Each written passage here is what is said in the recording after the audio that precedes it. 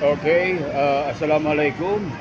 Once again, Rolly the Voice sa Kilabon at dito po tayo ngayon sa Fisher Mall at naglalakad tayo patungo sa sinihan. Medyo, alam nyo ba, medyo malilate tayo ng a few minutes. Okay, ang papanoorin natin, puro rehash. Number one is how to train your dragon, no? How to train your dragon. Okay lang yun kasi di ba ito yung nakatulugan ko dahil sa sobrang antok. Okay lang yun, masarap ulitin yan. Yung pangalawa, Tagalog. Para bang I'll remember you, yun ang title. Medyo suspense kung sino pabida doon, di ko pa kilala. Okay, so Jurassic Park o Jurassic World, wala. Okay, so okay lang, meron naman sa SM. Thank you so much. Ciao.